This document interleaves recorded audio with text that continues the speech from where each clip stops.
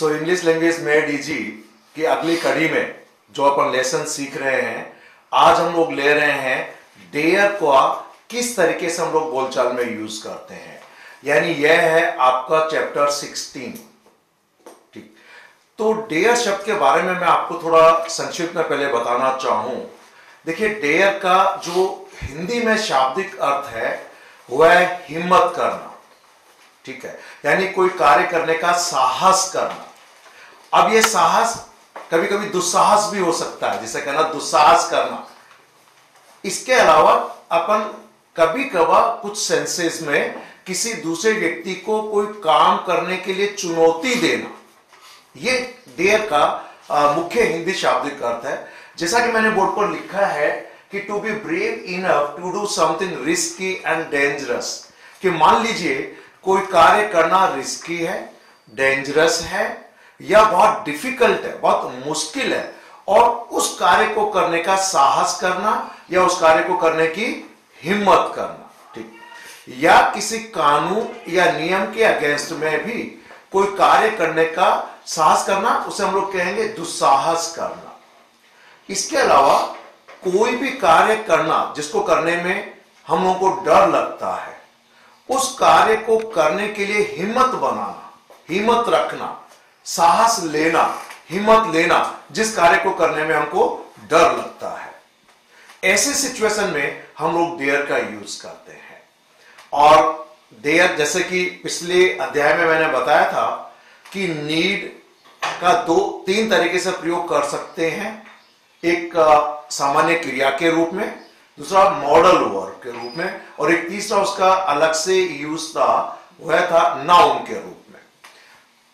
हम यहां पर डेयर का दो तरीके से यूज करते हैं। कितने तरीके से यूज करते हैं? दो तरीके से। एक यह सामान्य क्रिया है। कौन सी क्रिया? ऑर्डिनरी वर्ब है। और ये ऑर्डिनरी वर्ब के रूप में सभी सब्जेक्ट के साथ जिस भी टेंस में आप प्रयोग करेंगे उस टेंस का नियम पालन करता है, क्योंकि एक ऑर्डिनरी वर्ब है, एक सामान्य वर्ब है। दूसरा इसका महत्वपूर्ण जो यूज है वह है मॉडल वर्ब के रूप में। किसके रूप में? मॉडल वर्ब के रूप में। हालांकि मॉडल वर्ब के रूप में सामान्यतया इसका प्रयोग नेगेटिव में किया जाता है। किसमें किया जाता है? नेगेटिव में किया जाता है, जैसे डेयर नॉट, डेयर नॉट। अब इन ऑर्डिनरी वर्ब के रूप में और मॉडल वर्ब के रूप में जब इसका प्रयोग करते हैं तो कुछ महत्वपूर्ण ग्रामर के रूल्स हमको पालन करने होते हैं। पहले उनके बारे में हम लोग जानकारी ले लेंगे। जब कभी भी डेयर का प्रयोग आप सामान्य क्रिया के रूप में, ऑर्डिनरी वर्ब के रूप में करें, तो जिस भी टेंस में इसका प्रयोग होगा उस टेंस के नियमों का पालन करना होता है। जैसे अगर आपने इसका प्रेजेंट इंडेफिनिट में प्रयोग किया या करते हैं तो प्लूरल सब्जेक्ट के साथ बेस फॉर्म यानी फर्स्ट फॉर्म सीधे तौर पे लग जाएगी। पर यदि आपका सब्जेक्ट सिंगुलर है, एक वचन करता है, तो बाकायदा इस एस में, इस डेयर में एस जोड़ा जाएगा। डेयर में क्या जोड़ा जाएगा? एस जोड़ा जाएगा, क्योंकि यह प्रेजेंट इंडेफिनिट का नियम है। अफर्मेटिव सेंटेंस में यदि सब्जेक्ट सिंगुलर है तो वर्ब में एस या ईएस जोड़ा जाता है। तो यहां पर भी अगर सब्जेक्ट सिंगुलर है और डेयर एक ऑर्डिनरी वर्ब है तो इसके साथ एस जुड़ता है। नेगेटिव बनाने के लिए प्रेजेंट इंडेफिनिट में आप डू नॉट या डज नॉट का प्रयोग कर सकते हैं। ठीक ऐसे ही यदि आपने इसका पास्ट में यूज किया तो इसकी सेकंड फॉर्म डेयर्ड, यानी इसमें डी जुड़ जाएगा और ये इसकी पास्ट फॉर्म बन जाती है। यदि पास्ट इंडेफिनिट को यहां नेगेटिव बनाएंगे तो यहां डिडंट डेयर, डिडंट डेयर, ठीक है, डिडंट डेयर का प्रयोग होगा, चाहे सब्जेक्ट सिंगुलर हो चाहे सब्जेक्ट प्लूरल। और अगर फ्यूचर है, फ्यूचर इंडेफिनिट, तो विल के बाद हम लोग किसका प्रयोग करेंगे? डेयर का प्रयोग कर देंगे, विल के बाद डेयर का प्रयोग। तो ये एक सामान्य क्रिया है। अब एक महत्वपूर्ण नियम और समझे। जब भी इस वर्ब का आप लोग मॉडल वर्ब के रूप में प्रयोग करते हैं, नेगेटिव डेयर नॉट या इंट्रोगेटिव में डेयर आई डेयर वी अगर करें, तो मॉडल वर्ब के रूप में इस डेयर के बाद कभी भी टू नहीं लगता है। यानी वर्ब की फर्स्ट फॉर्म विदाउट टू का प्रयोग करते हैं अगर डेयर नॉट या डेयर का मॉडल वर्ब के रूप में यूज है तो, क्योंकि ये मॉडल वर्ब का सभी का कॉमन रूल है। जितने भी मॉडल वर्ब्स हमने सीखी हैं कि मॉडल वर्ब्स के बाद हम हमेशा वर्ब की फर्स्ट फॉर्म का प्रयोग करते हैं, ठीक है, विदाउट टू। लेकिन जब ऑर्डिनरी वर्ब के रूप में यूज करते हैं तो यहां पर एक ऑप्शन है, आप चाहें तो डेयर के बाद टू का प्रयोग कर भी सकते हैं और नहीं भी कर सकते। दोनों चीजें और दोनों परिस्थितियों में यह सेंटेंस सही रहता है। जैसे कह सकते हैं I dare to go there at night और I dare go there at night, दोनों ही सही है। सो जब आप इसको अफर्मेटिव में यूज करें यानी ऑर्डिनरी वर्ब के रूप में यूज करें तो डेयर के बाद बाकायदा इंफिनिटिव वर्ब विद टू और विदाउट टू दोनों लगा सकते हैं। लेकिन यदि आपने इसको मॉडल वर्ब के रूप में यूज किया तो इसके बाद इंफिनिटिव वर्ब विदाउट टू का प्रयोग होता है। तो पहले हम इसको सामान्य क्रिया के रूप में किस तरीके से प्रयोग करते हैं, कुछ एग्जांपल्स, कुछ उदाहरण मैं आपको देना चाहता हूं। उनका क्या मीनिंग होगा वे मैं आपको बताऊंगा। फिर हम लोग इसको मॉडल वर्ब के रूप में कैसे यूज करते हैं, कैसे प्रयोग करते हैं वह देखेंगे।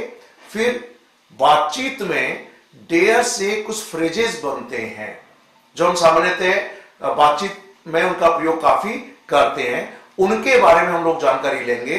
जैसे आई डेयर से या हाउ डेयर यू, ठीक है, डोंट यू डेयर, या आई डेयर ड्रीम या I never dare dream and hope और बिलीव, उन चीजों का प्रयोग समझेंगे। तो अब डेयर का सामान्य क्रिया के रूप में कुछ उदाहरण मैं आपको बताना चाहूंगा जो आपके बोर्ड पर लिखे हुए हैं, ठीक है। पहला एक इंपॉर्टेंट जो एग्जाम्पल है वह यह है, I dare to say that you are a lawyer.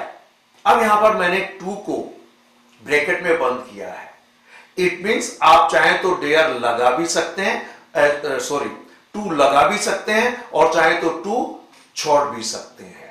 सो जब कहते हैं I dare to say that you are a liar, यानी मैं साहस करता हूं, हिम्मत करता हूं कि आप झूठे हैं, ठीक है।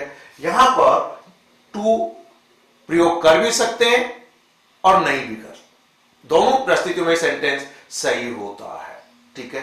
अब अगला सेंटेंस देखिए, वह लिखा है he doesn't dare go there alone, वह वहां पर अकेले जाने की हिम्मत नहीं करता है।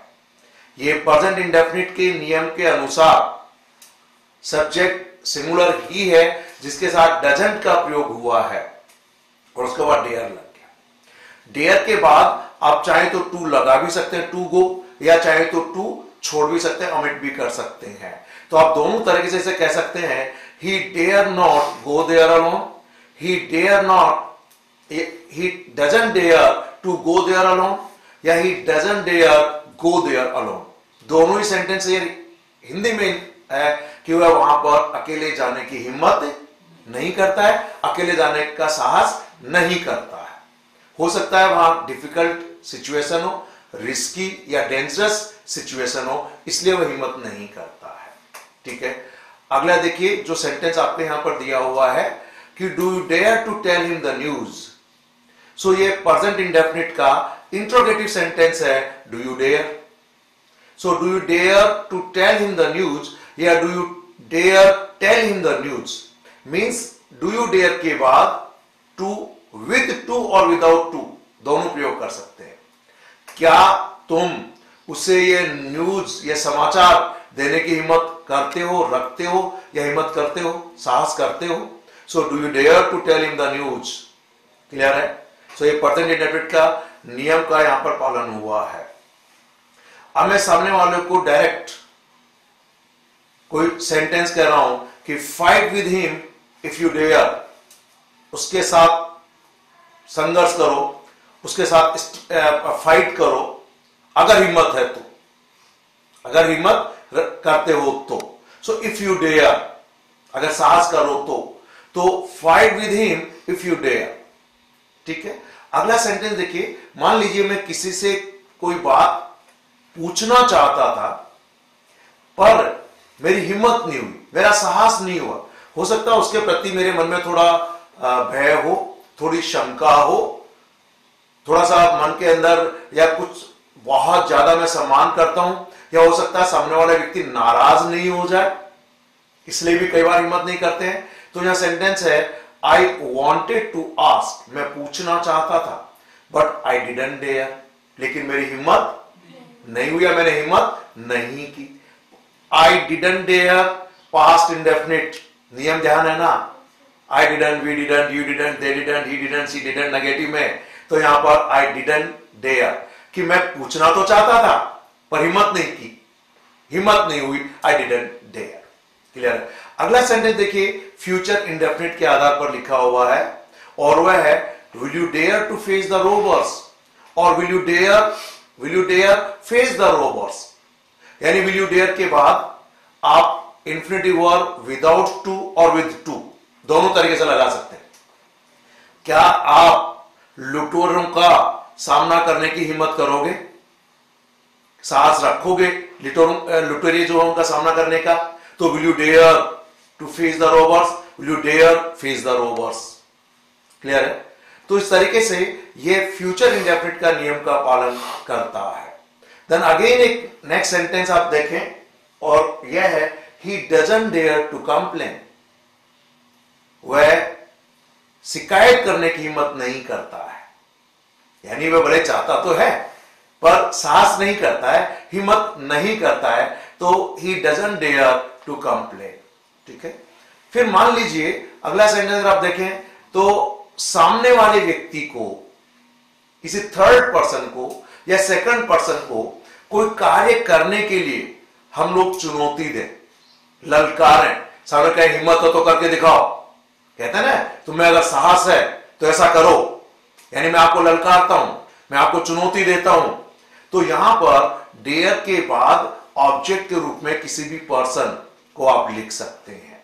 तो जैसे मैंने कहा, I dare you to go up on the roof, मैं आपको चुनौती देता हूं कि आप छत के ऊपर जाकर दिखाओ। I dare you to go up on the roof.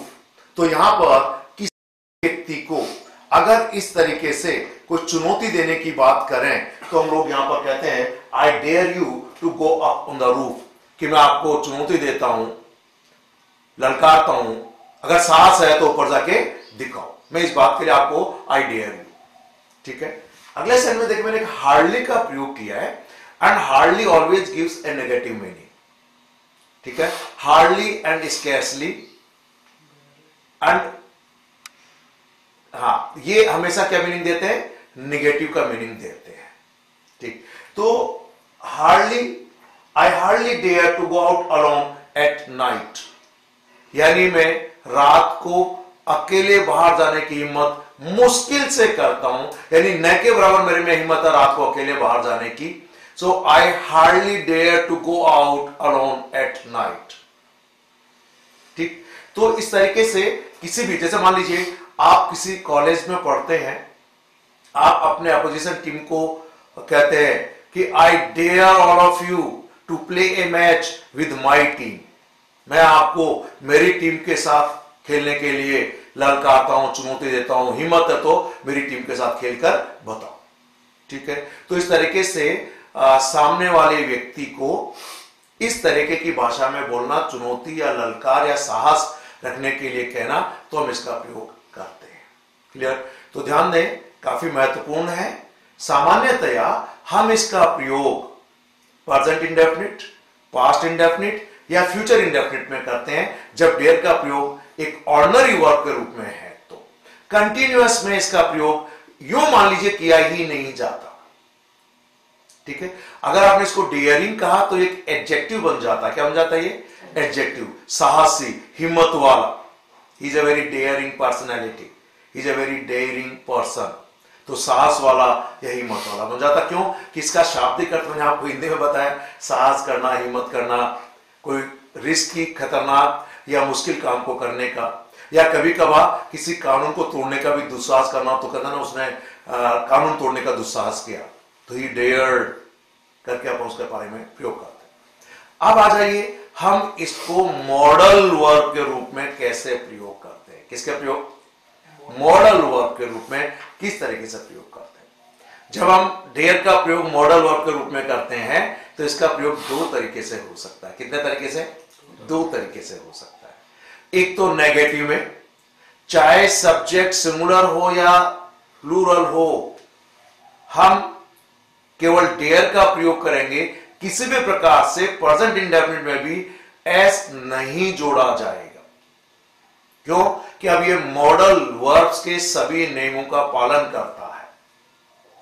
जब हम इसका इंट्रोगेटिव में यूज करेंगे तो जैसा नीड का भी मैंने आपको बताया था, नीड आई गो देयर, तो ठीक ऐसे ही dare I go there, dare you go there alone, क्या तुम वहां अकेले जाने की हिम्मत करते हो? So dare you go there alone. अब आपको किसी भी हालत में इसके बाद बिना टू के वर्ब का प्रयोग करना है। Means you have to use infinitive without to when you use dare as modal verb. Clear? तो टू फॉर्म का प्रयोग भी नहीं करेंगे, सीधे तौर पे वर्ब की फर्स्ट फॉर्म का प्रयोग होगा। ठीक है, आइए कुछ एग्जांपल देखते हैं। पहला सेंटेंस है, he dare not tell the truth. Subject क्या है? ही, सिंगुलर है और ये प्रेजेंट में है। डेयर नॉट या मॉडल वर्ब है, इसलिए देखिए यहां पर डेयर में एस नहीं जुड़ा हुआ है, भले ही सब्जेक्ट आपका सिंगुलर है। इसके अलावा जो टेल लिखा है, इसके पहले टू नहीं लगा है। एग्जामिनेशन में इस तरीके की एरर्स पूछ ली जाती हैं, क्योंकि we are under impression that if it is present indefinite tense, then with singular subject we use s and es with verb. But here you need not use s, because this dare not, you are using it as modal verb. Got the point? Okay. So s नहीं है और to नहीं है। He dare not tell the truth, यानी वह सच कहने की हिम्मत नहीं करता है, वह सच कहने का साहस नहीं करता है। अगले एग्जांपल देखिए, she was so afraid that she dared not move. वह इतनी डरी हुई थी कि उसने हिलने की भी हिम्मत नहीं की। क्लियर है? तो ये एक तरीके से इसका पास्ट में यूज किया गया है। किसमें यूज किया गया है? पास्ट में यूज किया गया है। हालांकि डेयर नॉट जनरली हम मॉडल वर्ब के रूप में प्रेजेंट में ज्यादा यूज करते हैं। ठीक, अगला सेंटेंस आइए, he dare not tell a लाई।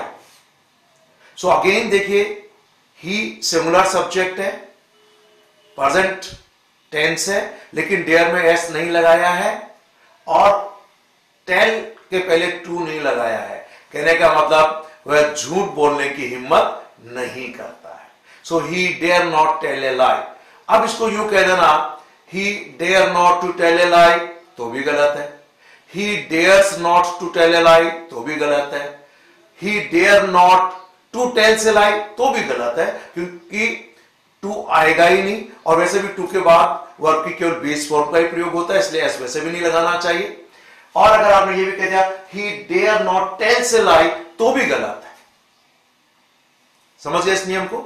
और डिटेल में जो अपना chapter English language made easy में दिया है, उसमें जाकर आप पढ़ें और उन सभी रूल्स को आप अच्छे से समझें, और जब भी इसे लिखें या बोलें तो रूल का पालन करें।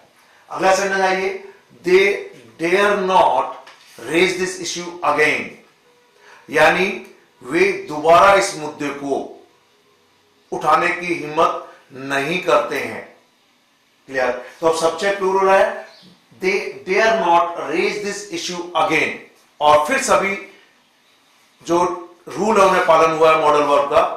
दे के बाद डायरेक्ट डेयर नॉट और रेज के पहले टू नहीं है, यानी वे इस मुद्दे को पुनः उठाने की हिम्मत नहीं करते हैं।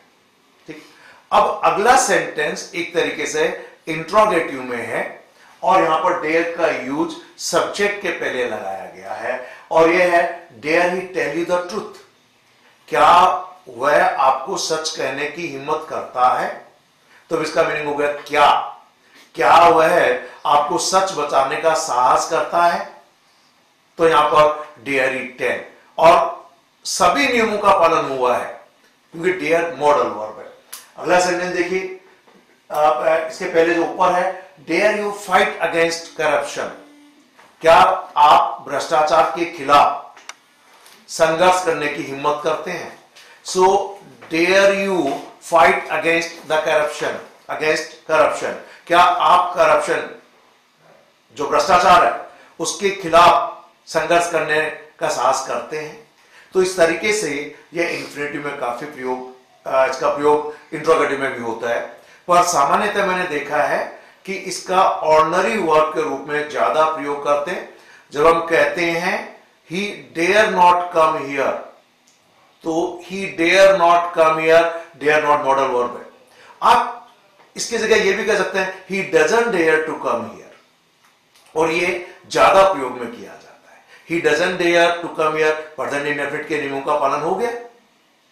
ही के बाद doesn't, then dare, to come here, तो टू भी लगा भी सकते हैं और छोड़ भी सकते हैं, दोनों चीजें वो आपके साथ विकल्प है, आपके साथ ऑप्शन है, आप इस तरीके का प्रयोग कर सकते हैं। क्लियर हो गया। तो देखिए डेयर का प्रयोग महत्वपूर्ण है, प्रतियोगी परीक्षाओं में भी ऐसी गलतियां पूछ ली जाती है। अब हम इसके बारे में जो डेयर से बने हुए कुछ फ्रेजेस हैं जिनका सामान्यतः बोलचाल में हम प्रयोग करते हैं, और एक पहला इंपॉर्टेंट है हाउ डेयर यू। क्या है ये?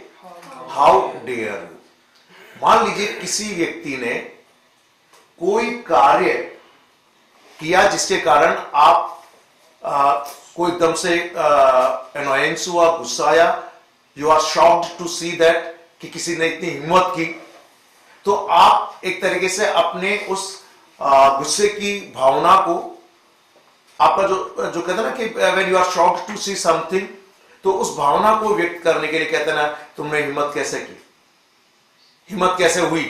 क्लियर। सेंटेंस देखिए, how dare you say nasty things about me. Nasty things का मतलब उल्टी सीधी बकवास, फालतू की बातें। तो कहा कि आपकी मेरे बारे में फालतू बातें कहने की हिम्मत कैसे हुई, क्योंकि किसी ने उठपटांग बोला तो आप एकदम से आपको बुरा लगा, आपको दुख हुआ, और सामने वाले को आपने एक तरीके से ललकारते हुए कैसे हिम्मत की तुमने मेरे बारे में से फालतू की बात कहने की। तो हाउ डेयर यू बोलचाल में आपने सामान्यतः लोगों को प्रयोग करते हुए देखा होगा। अगला सेंटेंस देखिए, how dare you tell me what to do. विशेष तौर पे कोई ऐसा व्यक्ति जिसका आपको कुछ कहने का अधिकार नहीं है और वो आपसे कह दे आप ये काम कीजिए। क्लियर। उसे आपको ऐसा निर्देश देने का अधिकार नहीं है, और मान लीजिए उसने ये बात कह दी कि आप ये काम कीजिए, तो आप उससे कहते हैं how dare you tell me what to do.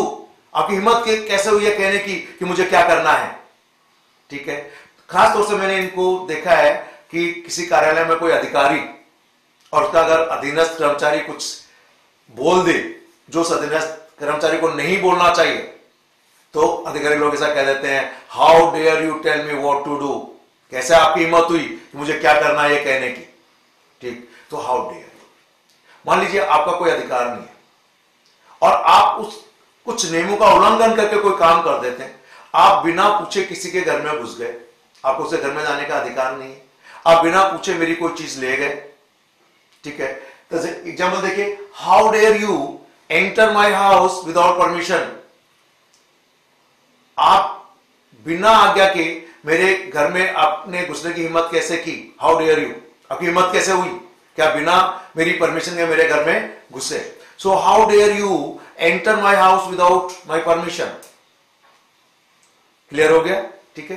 जैसा मान लीजिए बिना पूछा आपकी कोई किताब आपका दोस्त ले गया, आपको अच्छा नहीं लगा, थोड़ा गुस्सा आया, नाराजगी व्यक्त करना चाहते हैं, तो हमने कहा how dare you take my book without asking me, कि मुझसे बिना पूछे बिना आपने मेरी किताब ले जाने की हिम्मत कैसे की। सो क्या कहेंगे, how dare you take my book without asking me, कि मुझसे बिना पूछे आप मेरी किताब आपके ले जाने की हिम्मत कैसे हुई। सो सामान्यतः आप बोलचाल में इसका प्रयोग कर सकते हैं। अगला आइए आई डेयर से। देखिए, ऐसे कोई बात जो शायद सही है, ठीक है, लेकिन वो गलत भी साबित हो सकती है होने को तो। और आम व्यक्ति कुछ कहने की हिम्मत नहीं करते, लेकिन आप कर जाते हैं, ठीक है। जैसे एग्जाम्पल देखिए कि I dare say that he is not your well wisher, कि मैं आपको ये कहने की साहस रखता हूं, हिम्मत करता हूं कि वह आपका वेल विशर नहीं है, सावधान हो जाइए, ठीक है। तो आम व्यक्ति ऐसी हिम्मत नहीं करता है, पर एक तरीके से मैं आपको ये कहने का साहस करता हूं। जैसे कई बार कहते हैं ना कि I dare say that the situation won't improve, यानी मुझे थोड़ा लगता है सिचुएशन सुधर भी सकती, हो सकता है नहीं भी सुधरे, लेकिन नहीं सुधरे ये कहने की मैं हिम्मत करता हूं, आपको बताना चाहता हूं। क्लियर है। नेक्स्ट एक आता है डोंट यू डेयर। क्या बोलते हैं? Don't you dare. ये बेसिकली किसी व्यक्ति को एक वार्निंग देने जैसे काम आता है। किसे काम आता है? वार्निंग। मेरे पास आने की हिम्मत मत करना, ठीक है। Don't you dare come near me, ठीक है। जैसे कहा ना, don't you dare enter my house, मेरे घर में घुसने की हिम्मत मत करना। Don't you dare me talk in such a nasty way, मुझसे इस तरीके की फालतू बात या टोन में बात करना की हिम्मत मत करना। तो एक तरीके से डोंट यू डेयर एक वार्निंग सामने वाले व्यक्ति को देते हैं। क्लियर। यहां पर हाउ डेयर यू काफी जगह यूज होता है। आप कुछ अपने साथ के लोगों से कई बार कहते हैं आई डेयर से, और आगे अपनी बात कहें, इट मीन्स आगे वाली बात हो सकता है सामने वाले को थोड़ी बहुत भले बुरा लगे, लेकिन आपके अकॉर्डिंग वह बात सच है, इसलिए आप कहने का साहस करते हैं, ठीक है। अब मैं आपको एक और इसका प्रयोग समझाता हूं। कई बार आप कभी कभी कहते हैं ना कि मैं तो भैया सपने में भी सोचने की हिम्मत नहीं की थी कि मैं एक दिन चुनाव जीत जाऊंगा। मैंने तो सपने में भी विश्वास करने का साहस नहीं किया था कि मैं कभी मंत्री बन जाऊंगा, ठीक है, या मैं इतनी जल्दी काम पूरा कर लूंगा, या इतनी जल्दी मैं ये प्राप्त कर लूंगा या हासिल कर लूंगा। तो यहां पर हम कई बार कहते हैं, यहां पर जैसे एक सेंटेंस पास्ट में लिखा है उसको प्रेजेंट में भी प्रयोग कर सकते हैं। आई never dared dream that I would succeed in IAS examination, कि मैंने तो सपने में भी सोचने की हिम्मत नहीं की थी कि मैं IAS की परीक्षा में सफल हो जाऊंगा। So I never dared dream that I would succeed in IAS examination, कभी सपने में भी सोचने की हिम्मत नहीं की कि मैं IAS बन जाऊंगा, ठीक है। तो आप इसका प्रयोग यहां पर आई डेयर के साथ ड्रीम, होप और believe, I dare dream, I never dare dream, या I dare not dream, I dare not believe, मुझे तो विश्वास करने की हिम्मत ही नहीं होती है, क्लियर, कि वह मुझसे चीटिंग कर जाएगा, क्लियर है। So I dare not believe that he would cheat me, okay. तो इस तरीके से बोलचाल में इस डेयर का प्रयोग होता है। तो देखिए ये अपना chapter 16 English language made easy का है। चूंकि इसका प्रयोग दोनों तरीके से करते हैं, ऑर्डिनरी वर्ब के रूप में भी इसका प्रयोग होता है, साथ में मॉडल वर्ब में भी इसका पालन होता है, इसलिए कई बार इसके नियमों का पालन करने में हम समस्या में आते हैं, मुश्किल में आ जाते हैं। जैसा कि नीड में भी मैंने आपको बताया था कि आप नीड का प्रयोग 3 तरीके से कर सकते हैं, और यहां पर इसका प्रयोग डेयर का 2 तरीके से कर सकते हैं। इसलिए नियमों में आप भ्रमित न होवे। English language made easy book में इनको काफी साफ तरीके से, स्पष्ट तरीके से समझाया गया है। आज ही जाकर इस बुक को पढ़ें, समझ में नहीं आए तो कल आके इस वीडियो को दोबारा देखिए ताकि आप इसमें गलती न करें। Okay, thank you very much, have a nice day.